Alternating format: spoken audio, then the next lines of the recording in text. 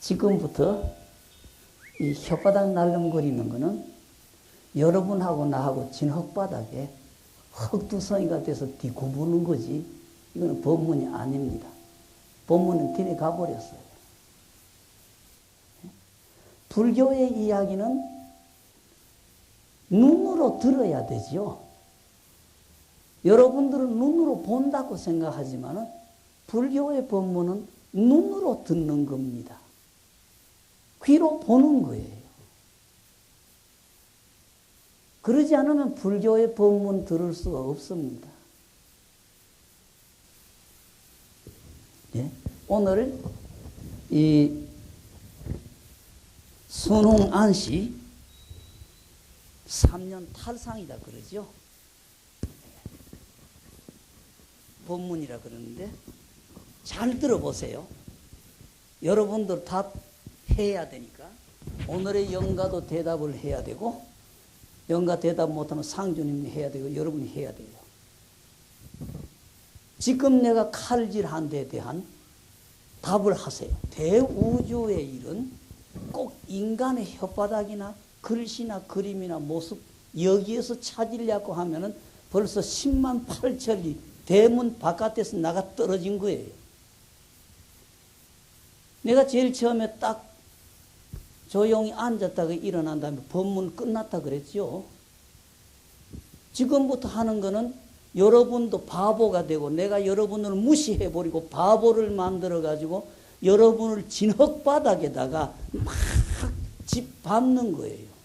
내 자신도 진흙바닥에서 같이 구부는 거고, 이거는 바보가 하는 짓이란 이야기입니다.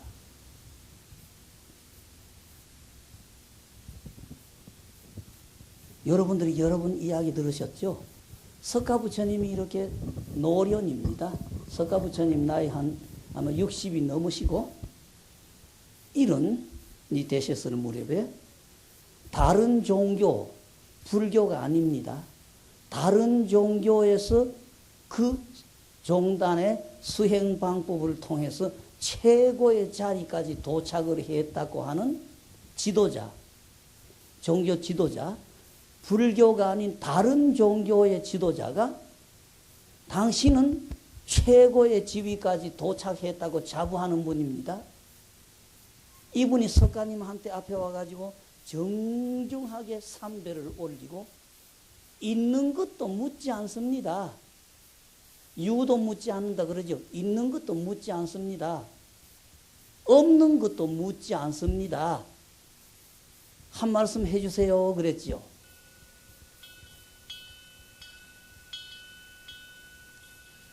여러분도 생각해 보세요. 있는 것 질문 안 합니다. 없는 것도 질문 안 합니다. 한 말씀 해주세요. 여러분 뭐라고 답을 해야 되겠습니까?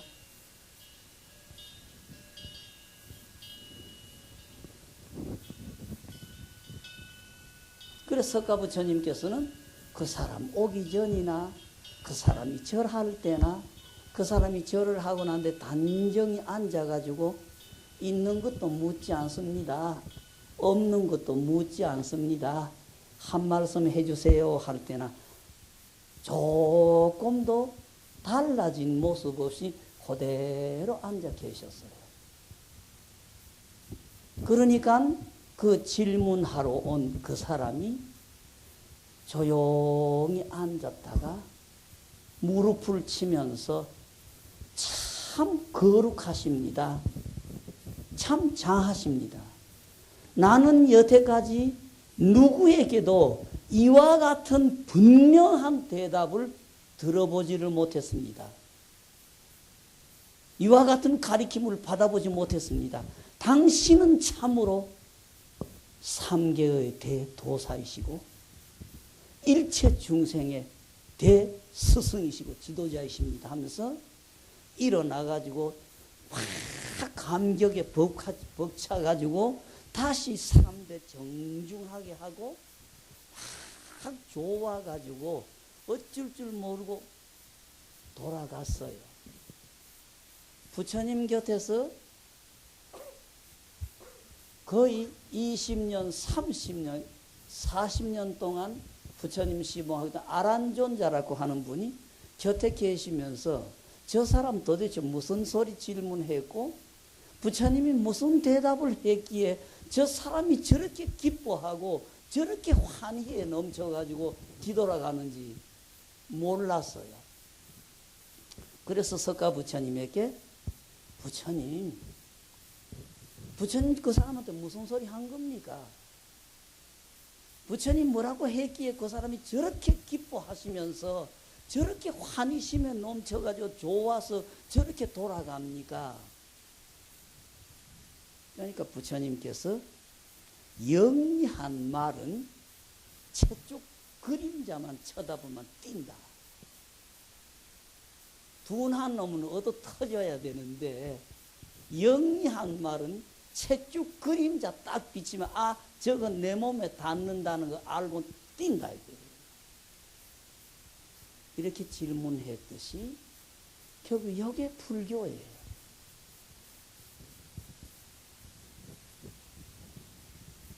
지금 오늘 순홍 안씨에게 내가 질문한 거 누가 답해 보세요. 뭐라고 해야 되는가?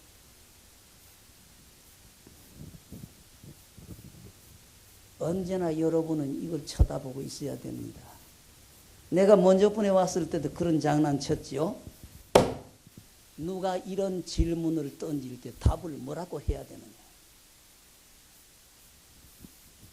우리에게는 언젠가 이와 같은 칼날이 떨어지게 되어 있는데 여기에 대한 답을 뭐라고 해야 되느냐. 여러분들 편안한 것만 아닙니다. 우리에게 6.25 사변인이 무한을 날벼락 떨어졌지요. 얼마 전에 대구에 지하철 사건 벌어졌지요. 서울 시내는 대구에서도 가스가 터지고 무슨 난리 터지지요. 그게 남의 발등에 불이 아닙니다. 언제 내 발등에 떨어질지 모르는 사건입니다. 이럴 때 여러분이 어떻게 대처할 겁니까? 앞도 뒤도 없이 당일 벌어서 꿍꿍거리면서 벌어먹고 사는 사람처럼 그리 살 겁니까?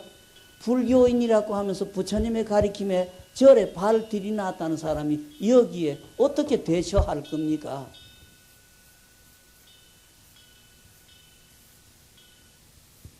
불교인은 시간과 공간이 떨어진 세계에서 살아야 됩니다. 몸뚱어리는 지금 여기에서 이렇게 살지만 우리의 마음은 언제나 편안하고 푸근하고 행복에 젖어 있는 거기에 살아야 돼요. 육체는 땀을 뻘뻘뻘뻘 흘리고 뛰더라도 우리의 마음은 육체하고 같이 뛰면 안 돼요. 내가 지금 한 30년, 한 35년 전이네요. 부산 영도에 법화사라고 하는 절에 갔을 때에 82살 되신 노 보사님이 한 분이 계십니다. 다른 분들이 계시면 별 이야기가 없는데 나하고 그 보사님하고 이렇게 둘이 만나면 보사님이 그래요. 부산 영도라고 하는 데에서 이 부산 시내 쪽으로 쳐다보시면서 스님 참 아름답지요. 참 거룩하지요. 이렇게 거룩한 땅이 어디 있습니까? 여기가 바로 극락이지 않습니까? 이 아름답고 이렇게 거룩한 땅에 생을 받아서 사는 우리가 얼마나 행복하고 복받은 사람입니까? 늘 그 할머니는 나하고 둘이 있으면 그런 대화를 해요. 그러다 보면 곁에 사람은 무슨 놈의 소리 하는지 말을 못 알아들어가지고 어리뚱하게 하는데 그 할머니는 언제나 육체는 사바세계에 살면서 여름에는 땀 흘리고 겨울에는 추우라고 이렇게 하고 살지만 마음은 그 거룩한 땅에 그 복받은 아름다운 땅에 그렇게 행복하게 사시는 거예요. 불교의 목적이 여기에 있는 겁니다. 이걸 벗어난다 그러죠. 해탈한다. 불교 근본 목적은 벗어나는 겁니다. 해탈하는 거. 지금 우리는 갖가지에 얽혔지요. 남자 여자에 얽혔고 아내 남편에 얽혔고 부모 자식에게 얽혔고 국민이라는 데 얽혔고 뭐 하는 사람 막 얽혀서 살잖아요. 육체는 거기에서 땀을 흘리고 살더라도 우리의 마음은 이 아름답고 거룩한 땅에 편안한 속에 살아야 되는 거예요. 그게 불교의 목적이에요. 그걸 불교에서 해탈을 한다 그래요. 겉머리 모습 쳐다보면은 딴 사람하고 똑같이 땀을 뻘뻘뻘 흘리면서 자기에게 주어진 책임 속에 사는 것 같아도 우리의 마음은 이 대우주 세계의 시간과 공간 속에 벗어나가지고 그 아름다운 나라에서 편안하게 살아야 되는 이게 불교예요. 여러분들에게 절에 오면은 부지런히 염불하십시오. 주력하십시오. 경도 읽으십시오. 하지요. 목적은 몸은 여기에서 살고 여기에서 일을 하는 것 같아도 우리의 마음은 제3의 세계 그 편안하고 아름답고 거룩한 땅에서 편안하게 행복하게 사는 것 이게 목적인 겁니다. 불교에서 벗어난다 해탈한다는 것은 뭐 몸뚱어리도 안 돼 간다는 소리가 아닙니다. 몸뚱어리는 여기에서 주어진 책임해야 돼요. 도대체 여러분들은 불교인입니까? 여러분들이 불교인 맞아요? 불교 신자 틀림없어요? 여러분들만 극락 가려고 하지 여러분의 가족을 위해서 여러분이 하는 게 뭡니까?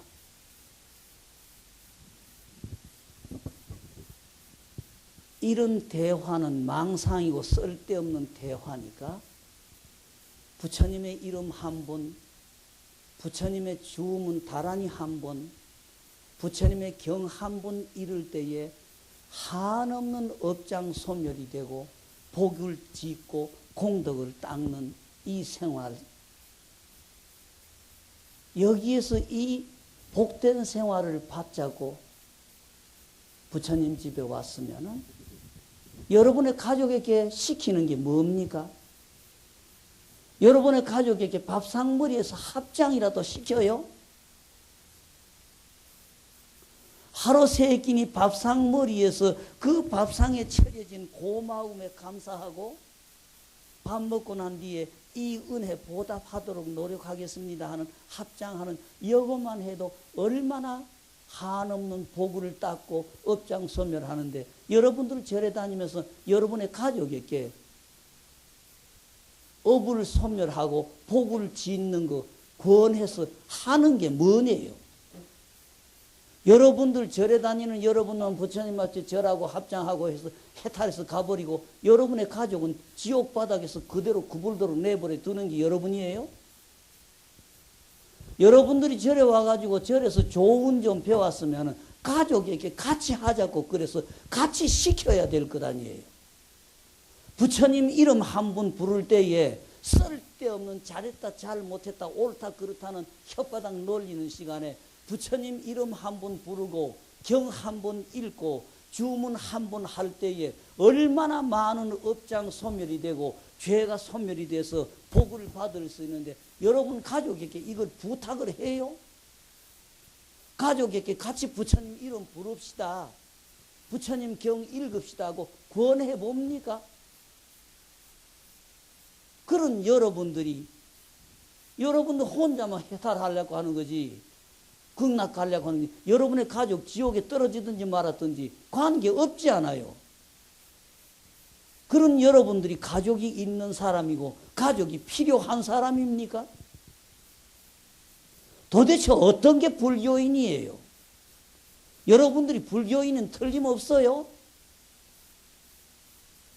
여러분이 불교인이라고 하면은 여러분의 가족에게 이 일을 권해가지고 한 번, 두 번, 10번, 20번 부탁해서 가족들이 같이 부처님의 이름을 부르고 절을 하도록 만들어야 될 것 아니에요.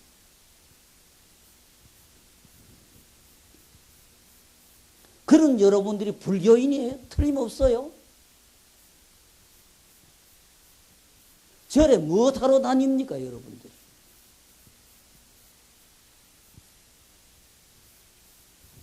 여러분들의 남편들이 염불 하시고 경 읽습니까?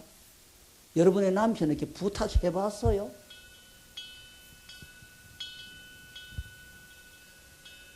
여러분의 남편들은 그렇겠죠. 당신만 절에 다니면 되지. 내가 그거 해야 될 게 뭐고. 당신 하면 되지. 내가 해야 될 게 뭐고. 그러니까 여러분의 가족들은, 여러분의 남편들은 밥 안 먹고 여러분이 밥 먹을 때 여러분 남편 배가 저절로 부르지요. 여러분들이 밥 먹을 때 여러분의 아들, 딸, 남편 배가 저절로 부르는 집안이지요.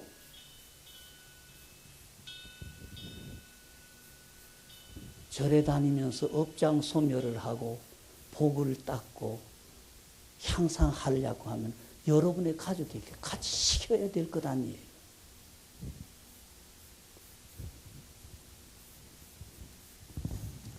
부처님의 이름이든지 주력이든지 경 한 번의 공덕은 한없는 공덕이 있습니다. 여러분들은 반야심경 하면 대수롭지 않게 생각하지요. 금강경이나 읽고 관세음보살 보문품을 읽으면 좋은 것 같고, 반야심경은 경 끄트머리도 다르지도 안 하는 것 같지요. 여러분들 그렇죠? 지금 대전에 내려가시면은 작년에 경찰계에서 정년퇴직을 하신 아버지가 한 분 사십니다. 작년에 경찰복을 벗었으니까 지금 나이가 한 60 전후 되겠지요. 이분이 어렸을 때에 같은 동네에서 자라난, 이분보다도 나이가 한 5살 아래니까 지금 56살 됐네요. 같은 동네에서 자라난 그 여학생이 있었어요. 그분이 중간에 머리를 깎으시고 비구니 스님이 되셨어요. 한 30년 전에.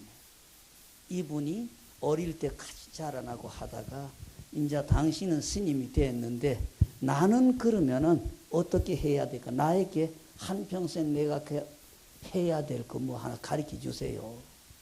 그러니까 그 비구니 스님이 당신 경찰계에 있으니까 일이 너무 바쁘니까 할 수 없으니까 하루 아침에 반야심경 한 분 읽으세요. 하루 한 분이라도 좋으니까 읽으세요. 부탁한 겁니다. 그때부터 이분은 30년 동안 아침에 세수하면은 반야심경 3번 딱 읽어요. 저녁에는 자기 직책 때문에 술에 곤두레가 되고 술에 떡이 돼서 들어와도 잠자기 전에 양치질을 하고 반야심경 3번 딱 읽어요. 30년 동안 지금 한 번도 빠뜨리지 않고 아침 저녁으로 꼭 이걸 해요. 경찰 순정부터 밟아 올라갔는데 경찰서장 가망도 없었어요. 그 전에 그저 나이도 많아질 거고 계급 정년이다 그러죠. 이것 때문에 벗어야 될 건데 경찰서장 가망도 없었고 성격상으로 경찰서장보다도 오히려 선생님처럼 그래가지고 우리가 생각하는 순경이 아니에요. 이분은 경찰계에 있으면서 수사한다든지 도적질 한 사람 잡는 쪽은 한 번도 발을 안 들이놓고 산 사람이에요. 엑스포 직전에 계급 정년이다 그러지요. 계급 정년이라고 해서 옷을 벗어야 될 무렵인데 어떤 힘으로 되는지 몰라요. 이 사람 아무것도 안 해요. 불교인 같지만 절에 와서 절 한 번도 해본 일도 없고 부처님한테 불공 한 번도 해본 일도 없는 사람이에요. 그저 그 스님이 시켜주는 대로 그때부터 시작해서 아침에 세수하면 반야심경 3번 읽고 저녁에는 술에 곤두레가 돼가지고 술 떡이 돼서 들어와도 잠자기 전에 양치질 딱 하고 반야심경 3번 한 그것밖에 없어요. 한 달에 그 여스님이 계시는 절에 촉값입니다 하면서 한 5만 원이나 10만 원 딱 보내주는 그것밖에 없어요. 그걸 가지고 당신 불교인처럼 생각하는 거예요. 그러는데도 이분 곁에는 누군가가 도와주듯이 일이 돼요. 엑스포 직전에 당신 옷을 벗어야 될 무렵인데 정년퇴 계급 정년인데 어떻게 하다가 엑스포 경비대장 맡은 겁니다. 무궁화 3개 달아가지고 엑스포 경비를 하면서 그 사건 하나 없이 사고 하나 없이 엑스포 잘 치른 거예요. 그 공덕으로 1계급 특진이다 그러죠. 그러니까 이 무궁화 3개에서 무궁화 4개 달린 거예요. 무궁화 4개가 달렸으니까 경찰서장 나갈 수가 있는 자격이 부여된 거지요. 그때부터 시작해서 충청남도 내에 7곳에 경찰서장을 다 지냈는데 이분이 경찰서장으로 가는 관할은 사건 사고가 없어요.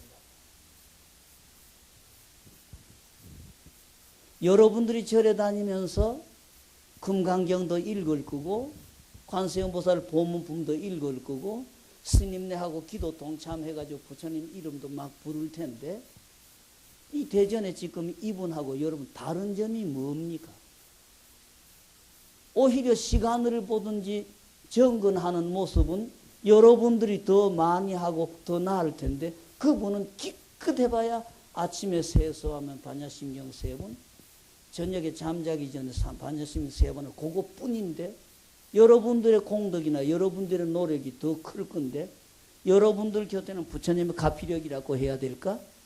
부처님의 도움이 편하게 드러나는 게 없고 이 사람 곁은 그 부처님의 가피력이 가득해서 이 사람 부처님이 도와주는 것 같은데 다른 점이 뭡니까?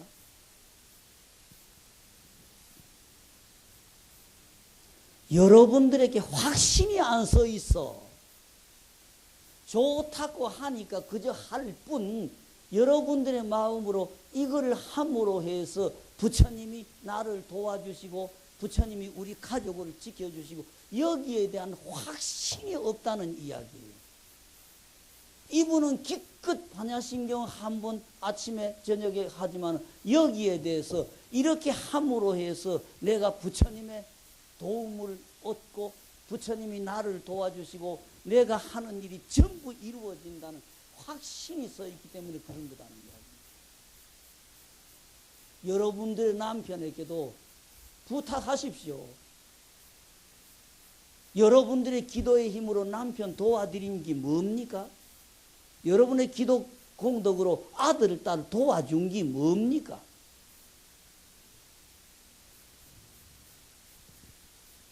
그러면서 우리가 불교인이라고 그래야 됩니까?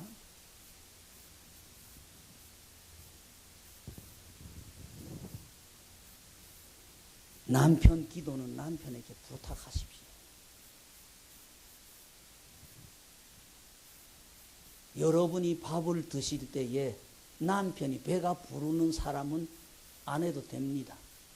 여러분 밥자 쓰실 때 여러분 아들, 딸이 배가 저절로 부르고 여러분이 밥자 쓰실 때 남편 배가 저절로 불러가지고 숟가락질 안 해도 살아가는 그런 사람은 안 해도 됩니다.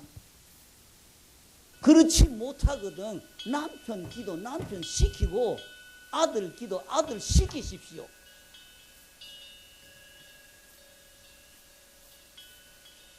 곳곳에 가서 남편 기도시키라 아들 딸 기도시키라 하면 스님 제가 대신하면 안 됩니까?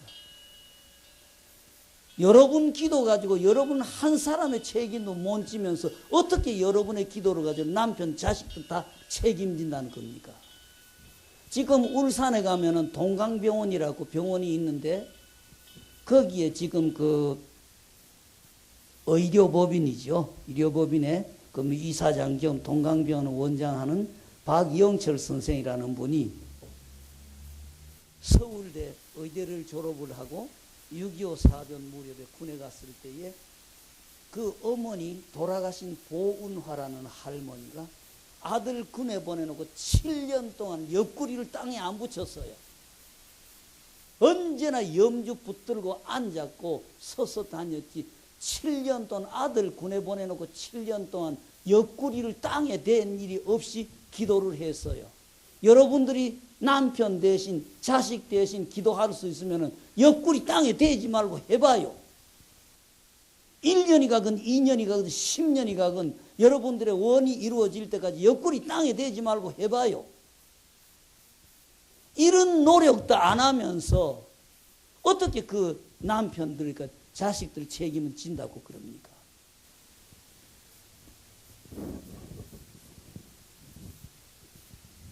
너무 편해가지고 세상 일을 너무 쉽게 생각해요.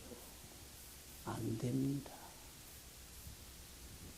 아까 부탁드린 대로 여러분이 밥을 드실 때 여러분의 남편이 배가 저절로 불러지고 여러분의 아들, 딸이 저절로 배가 부르지는 사람은 몰라도 그렇지 않거든. 그분들에게는 그분들 기도를 시키십시오.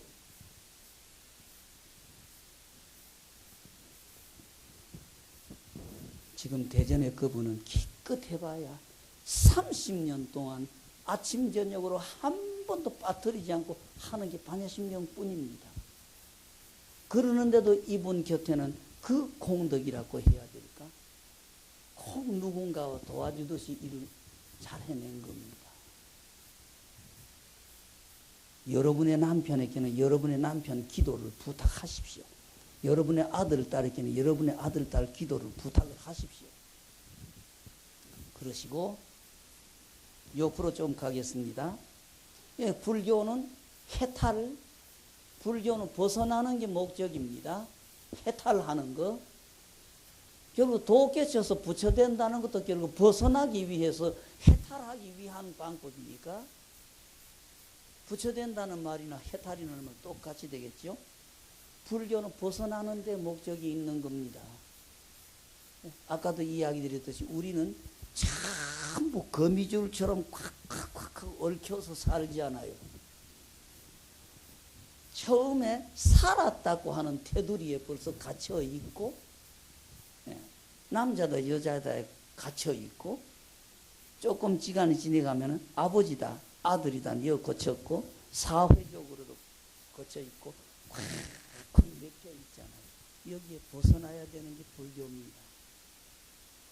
아까 부산의 그 할머니처럼 몸은 여기에서 땀을 뻘뻘 흘려도 그 마음은 완전히 극락이라고 하는 그 편안한 나라, 그 아름답고 거룩한 나라에서 그 행복 속에 사는 이게 불교의 목적입니다. 여러분들도 좀 부지런히 하십시오. 그럼 여러분들에게도 이와 같은 시간과 공간, 세계를 체험해서 그 속에서 편안하게 사실 수가 있습니다. 그리고 오늘 영가분들도 부탁드릴게요. 내가 말을 바꾸어서 불교를 응어리를 푸는 것이 불교다 그렇게 말씀드려요. 응어리를 푸는 게 불교다. 그래서 옆으로 보십시오. 여러분들이 살아계시는 가족 사이에 가슴에 응어리가 맺히면 집안이 편안하지 못합니다. 되던 일도 자꾸 무너지고 깨지고 터지고, 돌아가신 분 가슴에 응어리가 맺히면 그 아들, 그 손자가 절대 안 풀어집니다. 여기에 계시는 분들이 형제간이 몇이나 되는지 모르겠어요. 형제간이 셋, 넷 대 보십시오. 아버지, 엄마가 큰아들, 큰딸 쪽은 든든하니까 믿어두고 언제나 막내를 끼워요. 아버지, 엄마가 언제나 막내를 끼워요. 막내는 나이 30이 되고 40이 돼도 아버지, 엄마 생각에는 저거는 언제나 약한 것 같고 모자라는 것 같아가지고 저걸 어떻게 붙들어주고 저걸 어떻게 도와줘야지. 이게 집집마다 아버지, 엄마 가슴에 막내가 늘 걸려요. 이게 그 막내 자식을 죽이는 겁니다. 아버지, 엄마가 막내를 이렇게 끼고 있다가 시간이 흘러가면서 이 옷을 벗어야 돼요. 아버지, 엄마 이 옷을 벗고 난 뒤에 아버지, 엄마가 마음까지 확 풀어지고 가야 되는데 요거는 시간이 와서 무너지니까 쉽게 말해서 죽는다는 이름으로 죽어버리는데 아버지 엄마의 생각이 아버지 엄마 몸뚱어리는 죽어버리도 생각이 막내 곁을 맴돌아요. 막내를 못 잊어가지고 이것 때문에 집집마다 쳐다보십시오. 아들이건 딸이건 막내가 안 풀어지지요. 안 됩니다. 막내가 안 돼. 이 아버지 엄마가 막내 늘 걱정하고 끼고 있다가 몸뚱어리는 없어지고 나도 아버지 엄마의 생각이 막내를 끼고 있기 때문에 이것 때문에 막내도 이거 안 풀어져요. 이렇게 우리는 착각을 하고 살아요. 오늘의 영가들도 그렇습니다. 응어리 풀어버리고 가야 돼요. 좋던 거 나쁘던 거 확 풀어버리고 가야지. 당신들 가슴에 무언가 미진한 거 응어리가 남으면 당신 아들, 당신의 손자 골탕 먹습니다. 안 풀려요. 우리는 이 착각 속에 살아요. 집집마다 보십시오. 막내도 이거 안 풀어져요. 이렇게 우리의 눈에 보이지 않는 세계가 무서운 겁니다. 부처님? 저거 부처님 아니다 그러지요? 금강경에 딱 그 말이 나왔지요. 이색견아한다. 모습으로 가지고 나를 찾는다. 이 음성구와 부처님이 돌아가셨으니까 어느 책에 뭐라고 적혔고 어느 책에는 부처님이 뭐라고 적혔고 요거 부처라고 한다 하면은 이 시인은 행사도다 그랬지요. 이 사람은 사도 가는 사람이지 부처 못 쳐다본다 그랬지요. 그러니까 여러분들이 요 부처님이라고 하면은 사도 가는 사람이고 부처님 가리키면 어기는 사람이라는 이야기가 됩니다. 어떻게 해야 될까요? 금강경을 주의해서 쳐다보셔야 됩니다. 이색견아하고 이 음성구아 하면은 시인은 행사도다. 불능견열애다 그랬는데 그 다음 구절에 가가지고 안욕따라 삼맥삼보리의 마음을 바란 사람은 단멸법에 떨어지지 않는다라는 구절이 있습니다. 요 구절이 모자라는 반을 보충해주는 이야기가 돼요. 이색견아하고 이 음성구아 하면은 시인은 행사도다 이렇게 버리면 단멸법에 떨어지는 표현 방법이 되거든요. 불교는 단멸법을 이야기하는 게 아닙니다. 그 다음의 구절로 안욕따라 삼맥삼보리의 마음을 바란 사람은 단멸법에 떨어지지 않는다라는 구절을 가지고 모자라는 부분을 보충해서 이색견아 이 음성구와 시인행사도 불능견열애라고 하는 반쪽짜리 말을 밑에 말을 가지고 보충해서 완전한 법을 그대로 구성을 시켜 놓은 겁니다. 단멸법에 떨어져서는 안 돼요. 있다가 단멸법이고 없다가 단멸법이고 죽었다가 단멸법이고 살아있다가 단멸법이고 여기 전부 단멸법이라는 반조각법의 표현을 못한다는 이야기입니다. 그러니까 내가 늘 49제 때도 흉을 보죠. 부처님의 이야기 불교에서든지 교회에서든 성당에서든 간다 그러지요. 돌아가셨다 해서 끝이 나버렸으면 유언회가 없는데 간다 그러지요. 하느님의 나라 간다. 착한 일 하면 하느님의 나라 간다. 잘못을 한 사람 지옥 간다 그러지요. 요게 바로 유언회라는 이야기입니다. 유언회라는 이야기예요. 죽었다 해서 끝이 나버렸으면 되는데 하느님 나라 간다. 지옥 간다.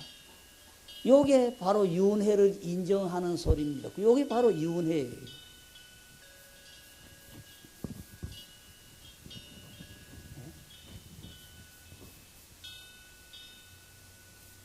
돌아가셨다도 반쪽알이 되었다 안 돼요. 그러니까 내가 49제 때 늘 불교에서도 간다고 그랬고 기독교에서도 간다고 그랬습니다.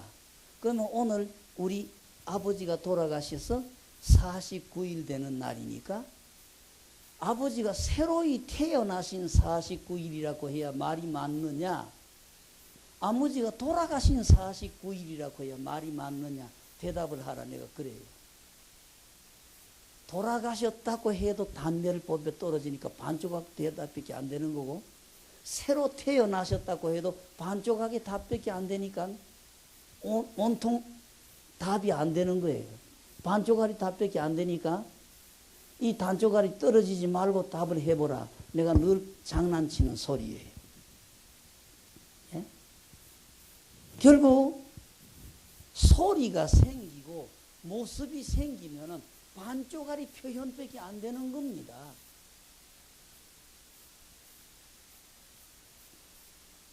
부처님 빛깔도 모양도 소리도 냄새도 없지요. 이걸 부처님이라고도 합니다. 말을 바꿔서 이름을 바꾸어서 마음이라고도 해요. 오늘의 저 위패에 계시는 저분들처럼 저렇게 되면 영가다 그러죠. 기분 나쁘면 귀신이다 그러죠. 하느님이라고도 그러고 진리라고도 그래요. 결국 빛깔도 모양도 소리도 냄새도 없는 걸 이름을 부처님이다, 하느님이다, 진리다, 귀신이다, 마음이다라는 여러 가지 이름을 붙이는데 결국 이름은 달라도 표현하는 건 하나예요. 빛깔도 모양도 소리도 냄새도 없는 거 그거 이야기하는 거예요. 여러분의 마음이 결국은 빛깔도 모양도 소리도 냄새도 없지요. 여러분의 눈이 아무리 밝아도 여러분의 눈으로 마음 쳐다보셨어요? 빛깔도 모양도 소리도 냄새도 없기 때문에 못 쳐다봐요. 물건 가지고는 안 돼요. 근데 여러분들이 뒤돌아보십시오. 여러분들의 가슴에 할아버지 할머니한테 어떤 꾸지람 듣고 아버지 엄마한테 어떤 욕을 얻어먹고 어떤 꾸지람 듣고 형제간에 어떻게 싸웠고 무엇이 내외간에 어떻게 싸웠고 자식들 때문에 어떻게 했고 수백 가지가 차곡차곡 쌓였지요. 그게 버려져야 돼요. 그게 있으면은 극락이라고 하는 나라에 못 갑니다. 그게 풀어지고 없어져야 돼요. 어떻게 해야 풀어질까요? 눈에 무엇이 보여야 쓰레기통에서 물건 주워내듯이 쓸어낼 텐데 생각해보면 수십 가지 차곡차곡 쌓여서 꽉 끼어 있는데 막상 그거 없애려고 하면 물건처럼 보여야 없애지요. 절에 오면은 염불 부지런히 하십시오. 주면 부지런히 하십시오. 화두하십시오. 경 읽으십시오. 그래요. 목적이 경 읽고 염불하는 게 목적이 아니고 가슴에 쌓인 응어리를 없애기 위해서는 그렇게 할 길밖에 없는 거예요. 가슴에 응어리를 쓰레기처럼 눈에 보여야 없앨 수가 있는데 안 보이잖아요. 그러나 분명히 수십 가지가 쌓여 있는데 이 응어리가 안 풀어지면은 여러분들 좋은 나라 못 가고 여러분들 아들, 손자 절대 안 풀어집니다. 이거는 죽으나 사나 여러분의 생각을 부처님의 이름이라고 하든지 경이라고 하든지 주력이라면 여기에 모아야 돼요. 이쪽에 이렇게 집중해서 모을 때에 가슴에 응어리가 나도 모르는 사이에 열버지면서 풀어져요. 절에서 염불을 하십시오. 경도 많이 읽으십시오. 주문도 하십시오 하는 것은 우리의 생각을 그쪽으로 집중시켜서 그 혈업으로 응어리를 녹여가자는 부탁 때문에 하라는 소리예요. 생각해보면 수십 가지가 쌓인 게 표가 나는데 이게 무슨 눈에 보여야 그걸 없애지요? 없앨 방법이 없잖아요. 그러니까 이쪽으로 생각을 집중시켜서 그걸 할 때에 내 마음의 응어리가 나도 모르는 사이에 열버지고 풀어지면서 없어져요. 그래서 염불 하십시오. 주문 부지런히 하십시오. 경도 부지런히 읽으십시오 하는 거예요. 목적은 제3의 세계에 있는데 지금 우리 눈앞에서 실제는 그렇게 할 수가 없는 거예요. 여러분들의 가슴에 응어리가 맺히면 여러분들이 절대 좋은 나라 못 갑니다. 여러분들의 아들, 딸이 여러분의 가슴에 응어리 때문에 절대 안 편합니다. 집집마다 쳐다보십시오. 그 할아버지, 할머니, 아버지, 엄마의 어리석었던 집착, 집념이 그 아들을, 손자를 얼마나 애를 미기는가. 여러분들도 똑같습니다. 여러분들 가슴에 응어리가 안 풀어지면 여러분들이 이 옷을 벗었을 때에 하소연할 때가 딴 데 있습니까? 가장 인연이 가까운 자리 가서 나 이렇게 힘들어. 나 좀 도와줘. 너는 나를 도와줄 수 있잖아. 나 좀 도와줘 하고 인연 가까운데 갈 수밖에 없는 거예요. 여러분들이 가슴에 응어리 그대로 끼고 가버리고 나면 여러분의 아들, 딸들, 손자들이 골탕을 먹습니다. 지금 여러분들의 조상, 선조 때문에 여러분들 애 먹는 거하고 똑같지요.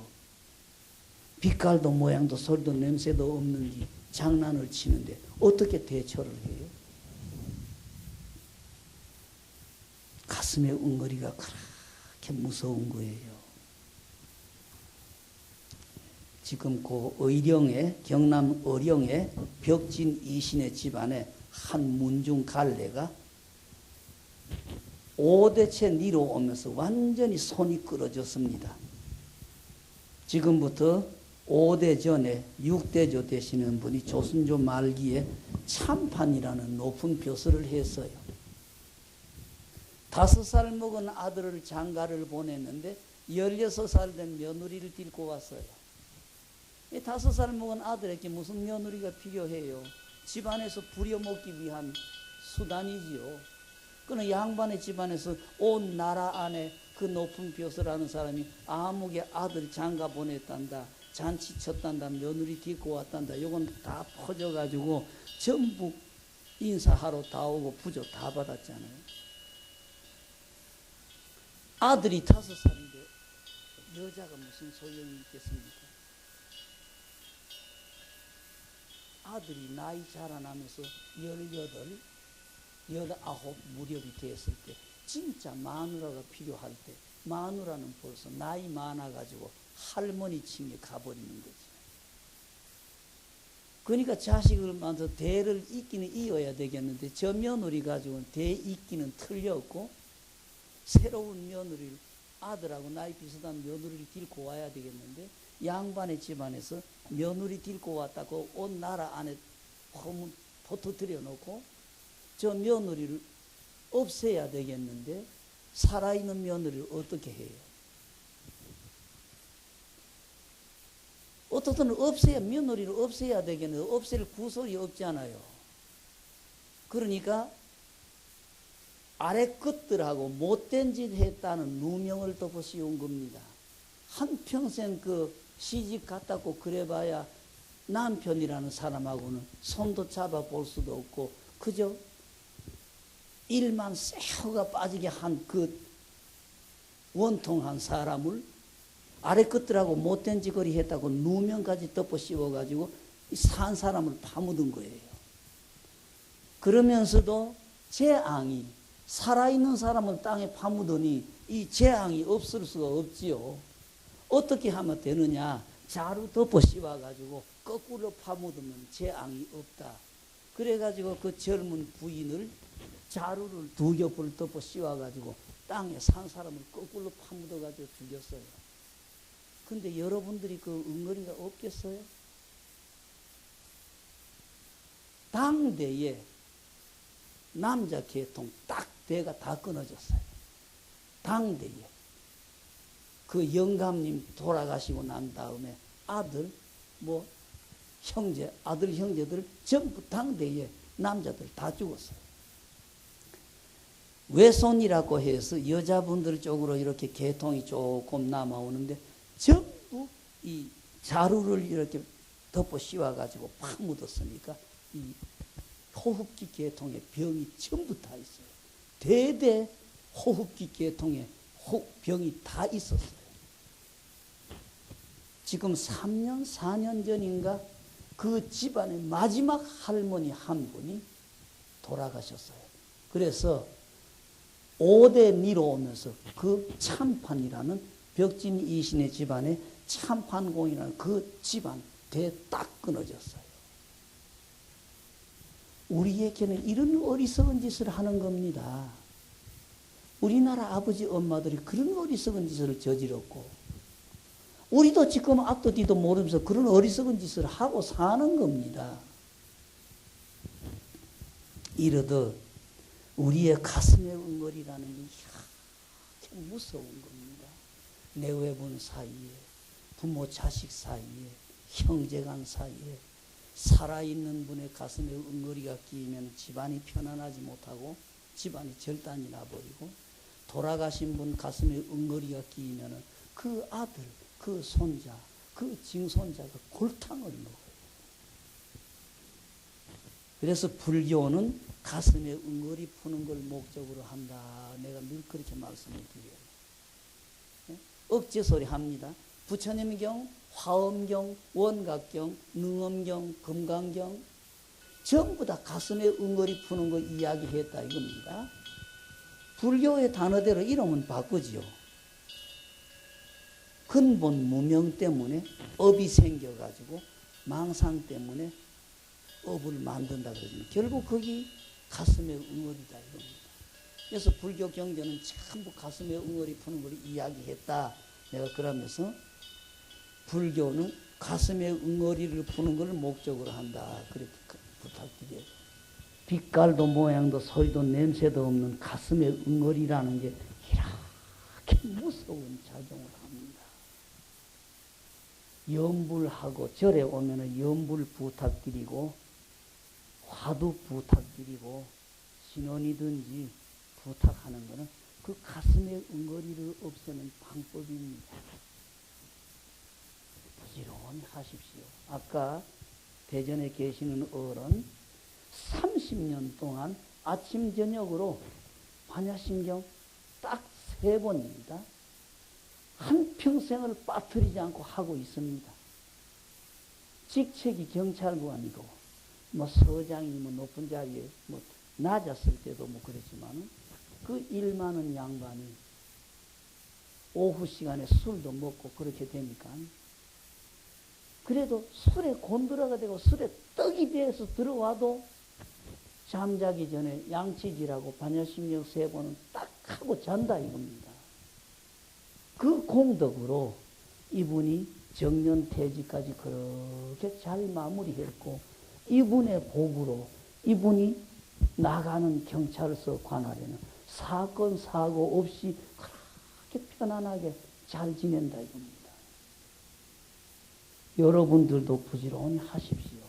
했다가 말았다가 하지 마시고 꾸준히 하십시오. 꼭 1시간, 2시간 길게 해야 되는 게 아닙니다.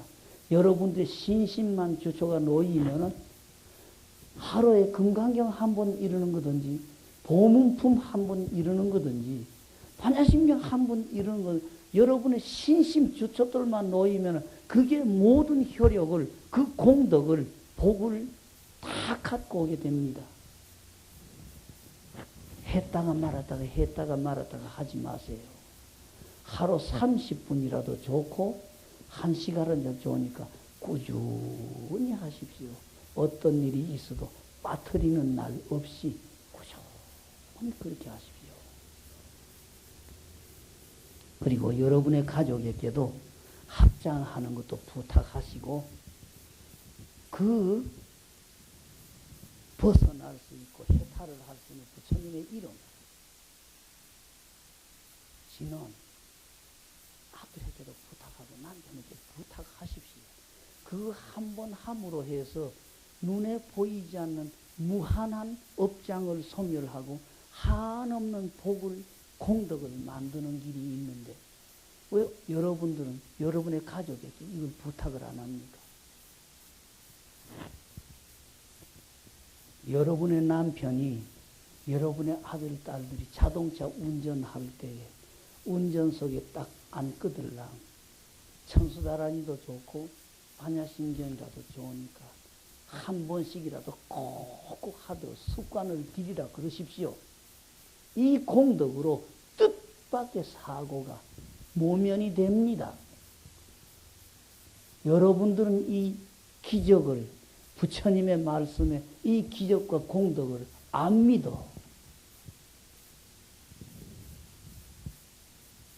부처님의 이름, 부처님의 다란이, 부처님의 경은 이와 같은 한없는 위력도 있을 뿐만 아니라 여기에 업장소멸을 하고 한없는 공덕을 닦는 그 좋은 인연이 있는데 우리는 절에 다닌다고 하면서 내 가족에게 그 업장소멸을 하고 공덕을 닦는 부처님 이름 부르라는 소리도 부탁 못 해보고 부처님의 경 읽으라는 부탁도 못 해보고 여러분들만 좋은 나라 가려고 합장하시고 부처님 이름 부르고 절에 와서 절하시고 여러분의 가족은 뭡니까?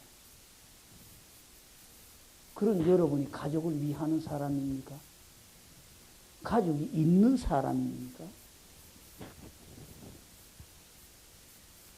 이런 점을 고쳐야 됩니다.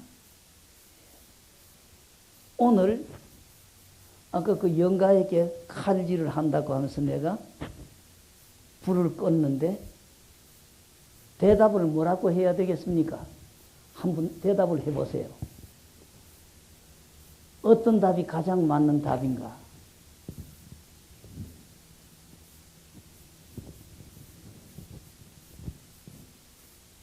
그래요. 억지 소리 한번 할게요. 나한테 누군가가 그런 질문을 했다고 하면 나를 죽일 놈만 있는 줄 알았더니만 나를 살려주는 놈이 있구나. 아쉬운 대로 그런 소리라도 하겠어요. 이런 거는 끼지 마세요. 부지런히 염불이든 주력이든 부지런히 하시다가 보면은 어떤 질문이 떨어져도 딱딱 대답이 그때그때 나옵니다. 불교의 대답은 생각하면 벌써 틀려요. 저 사람 말이 딱 떨어지면서 딱 말이 나와야지. 저 사람 말 떨어지면 말 듣고 난 다음에 대답 생각해가지고 대답하면 이거는 죽은 답이 되어버리고 어긋나 버리는 거예요. 여러분들이 부지런히 하다가 보면은 어떤 질문이 탁 떨어져도 반사적으로 1초 틈도 없이 대답이 딱 터져 나오게 되어 있습니다. 행동으로든지 말로든지 대답이 나오게 되어 있는 거예요. 그러니까 이 불교에서의 문답을 절대 뭔가 생각해가지고 말을 맞추려고 하든지 답을 끄집어내려고 하든지 어떤 책에 뭐라고 했다 이거 생각하면 안 됩니다. 저 사람의 대답이 딱 질문이 떨어질 때 반사적으로 대답이 딱 터져 나와 버려야 돼요. 이런 건 끼지 마시고 부지런히 이렇게 노력하십시오.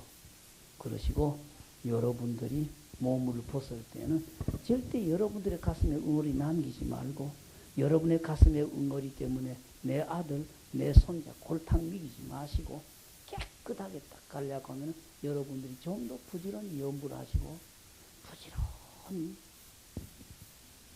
기도해야 됩니다. 여러분의 가족에게도 기도를 부탁을 하십시오.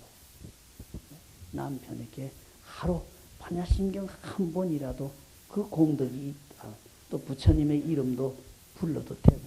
근데 우리나라 아버지나 아들들이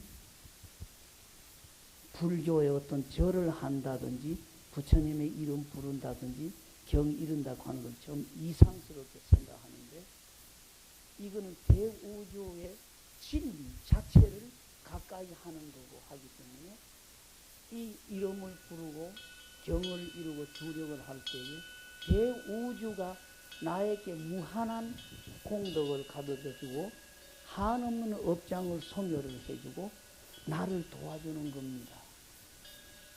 여러분들만 하려고 하지 마시고 여러분의 남편, 여러분의 아들, 딸에게 권하십시오. 우리나라 엄마들이 기술이 없어. 남편이나 아들, 딸에게 연부를 시키려고 하면 기술이 있어가지고 말을 요렇게 돌려가지고 한 번 부탁하고 두 번 부탁하고 세 번 부탁해서 남편들이 역정을 내지 않고 아들, 딸들이 짜증 내지 않고 하도록 만들어야 되는데 엄마들이 기술이 없어. 기술은 해라 하면 좋답니다. 하십시오. 이것 가지고 남자들이 안 믿기지. 여러분이 좀 방법으로 생각하고 기술을 생각해서 다 같은 말이라도 솔깃하게 받아주고 나도 해봐야 되겠다는 생각이 우러나도록 이렇게 해야 되는데 툭툭 쏘아붙여가지고 뭐해요? 엄마들이 결국 말을 하는 기술, 아들, 딸, 남편을 불교인을 만드는 기술이 모자래. 말의 기술이 모자래. 잘 생각하셔가지고 툭툭 무턱대고 쏘아붙이지 말아요. 어떻든 내 말을 듣고 하실 수 있도록 이렇게 하시고 한 번, 두 번 부탁하세요. 한 번, 두 번 해서 안 된다고 내버리지 말고요. 얼마 전에 돌아가셨지만 그 보사님 한 분은 남편 입에서 부처님이라는 말이 나오도록 하고 남편 부처님한테 절을 시키는데 20년이 걸렸어요. 20년 동안 꾸준히 이런 이야기도 해주고 이렇게도 이야기해주고 이렇게도 시켜보고 저렇게도 시켜봐서 20년 만에 그 남편 입에서 부처님이라는 말이 나오도록 만들고 부처님한테 절을 하도록 시켰어요. 그러니까 여러분들도 남편, 아들, 딸들 기도를 시키십시오. 눈에 보이지 않는 업장소멸, 공덕, 한없는 복이 거기에 이룩되고 또 우리 집안에도 복이 생기게 하는 거니까요. 부처님의 이름, 부처님의 진언, 부처님의 경은 바로 진리의 이야기이면서 진리 자체이기 때문에 잡담 한마디 하는 사이에 부처님 이름 한 분 부를 때에 한없는 공덕이 무한의 복이 거기에 다 생겨나게 되어 있는 겁니다. 오늘 이 순흥안식 3년 탈상에 부탁드린 건 없고 이분에게 내가 칼질했는데 이분이 답을 안 해줘가지고 내가 답을 했습니다마는 살아계시는 우리가 조심을 해야 될 이야기 부탁드리겠습니다. 언제나 조심하시고 잘 사세요. 그리고 저렇게 돌아가시는 어른들에게도 절대 게을리하지 마세요. 제사상 제사 지낼 때에 꼭 음식 많이 하려고 하지 마세요. 우리나라 옛날부터 전해미로운 말이 가난한 농부가 제사날이 되었는데 쌀이 없어가지고 밥을 할 수가 없고 죽도 끓일 수가 없는 거예요. 남편은 하루 종일 괭이하고 호미하고 낫하고 삽하고를 깨끗하게 씻어서 또 씻고 또 씻고 또 씻고 해서 제사상 머리에 괭이하고 호미하고 삽하고 낫하고 깨끗하게 갖다 놓고 부인은 쌀도 빌리러 갈 데도 없어가지고 들에 나가가지고 먹을 수 있는 나무새 서너 가지 캐다 이걸 씻고 또 헹구고 또 헹구고 해서 그걸 제사상에 갖다 놓고 내외관이 거기에서 앞에 엎드려서 울었는데 그날 밤에 아버지 엄마가 그렇게 기뻐하시면서 이런 훌륭한 그 제사를 내가 받았다고 그렇게 기뻐하시더라 그래요. 그때부터 시작해가지고 차츰차츰 이 집안이 불어나가지고 잘 살았다고 하는 그런 일화가 우리나라에 전해옵니다. 제사 상머리에 가지수 많이 하려고 하지 마세요. 그저 나무새 한 3가지, 4가지만 하면 됩니다. 과일도 그저 한 3가지, 4가지 하시고 다 조금 이렇게 신경 써서 정성껏 그러죠. 정성을 들여서 해드리면 우리의 정성이 결국 영에게 전달되는 거지. 음식 가지수, 차린 음식의 빛깔이 가지고 점수가 나는 게 아닙니다. 우리의 마음, 우리의 정성이 결국은 제사를 모시는 거고 하는 거니까 제사상 절대 신경 써서 가지수 많이 하려고 하지 마시고 정성껏 정갈하게 그저 두세 가지씩만 간단하게 해드리면 됩니다. 제사 부담 갖지 마세요. 집집마다 제사 부담을 너무 가지니까 한 달에 제사가 몇 번이 오는데요.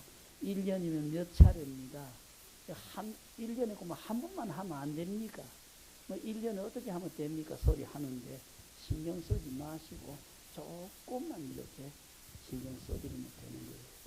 절대 가지수, 과일이건 가지수 많이 하려고 하지 마시고 가지수 간단하게 한 3가지, 4가지 딱 이렇게 간단하게 하고 깨끗하게 정성껏 해드리면 가장 잘 모시는 제사가 됩니다. 부담을 갖지 마세요. 그리고 이 가신 분에게 대해서 우리가 그렇게 해드리면 가신 분도 고맙다. 나도 너희들을 좀 도와줘야 되겠구나. 나 이렇게 너를 도와줄게. 이 일이 꼭 이루어집니다. 가신 분들도 우리에게 고맙다고 해서 꼭 보답을 해주시게 됩니다. 그러니까 집집마다 그 제사든지 이런 걸 너무 부담을 가져서 하지 마시고 정성껏 잘 모셔드리세요. 네, 오늘 선홍안씨 탈상 막대에 우리가 주의해야 될 거 부탁을 드렸습니다. 자, 지금부터 선홍안씨 탈상 제사 올리겠습니다. 자, 모두 일어나세요.